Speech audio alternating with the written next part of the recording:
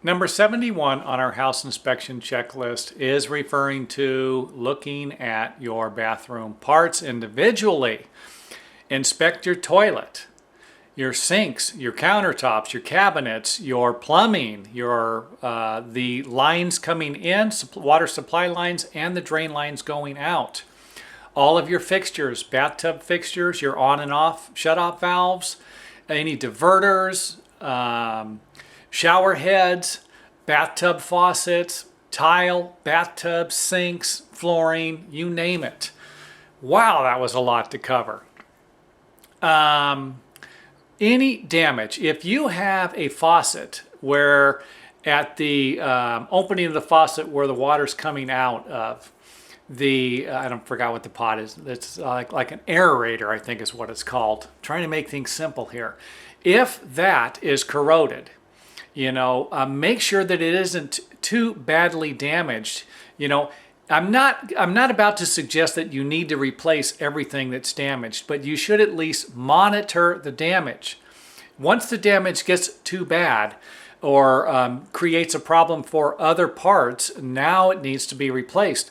I've seen faucets that squirt out just a little bit of water to the left, and this water gets behind the kitchen cabinet, the bathtub cabinet or the kitchen cabinet, and pretty soon you've got a mold and a mildew, you've got water damage, termites, ants, you name it, just because they got a constant supply of water coming in here.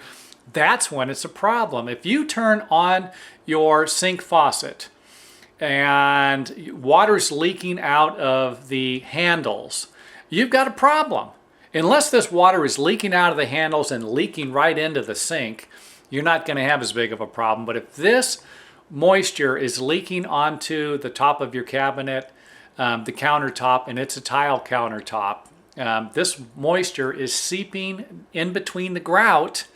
It's seeping right through the grout and underneath the tiles, onto the covering, whatever it is, and staying there for a long time, especially if this is something that's happening on a daily basis. So inspect these fixtures for any type of corrosion, cracks, visible damage. I've seen bathtubs, cast iron bathtubs, steel sinks, cast iron sinks with small little cracks in them, and crack's not the right word here, a chip out of it.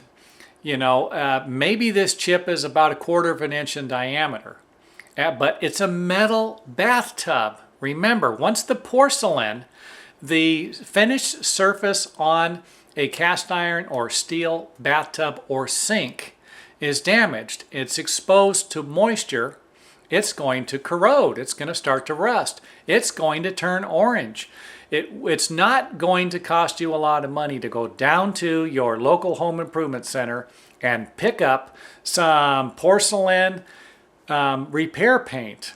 And some of this stuff's an epoxy. It's a 2-part mix. Most of it you just take and paint it on there and you're done. And you can always paint it and then apply some type of a non-slip or non-skid decorative flower on it, whatever it is.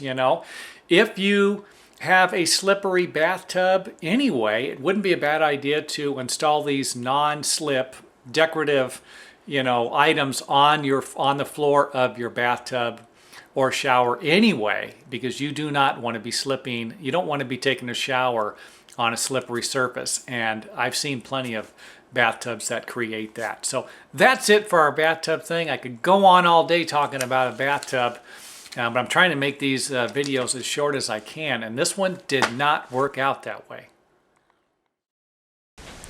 If you own a house, you should inspect it regularly. But how can you inspect a home if you don't know what to look for? If you're not looking for a complicated checklist or something that wasn't written in a language that you can't understand anyway, do yourself a favor and visit this website today. The most valuable investment you have must be protected and inspected.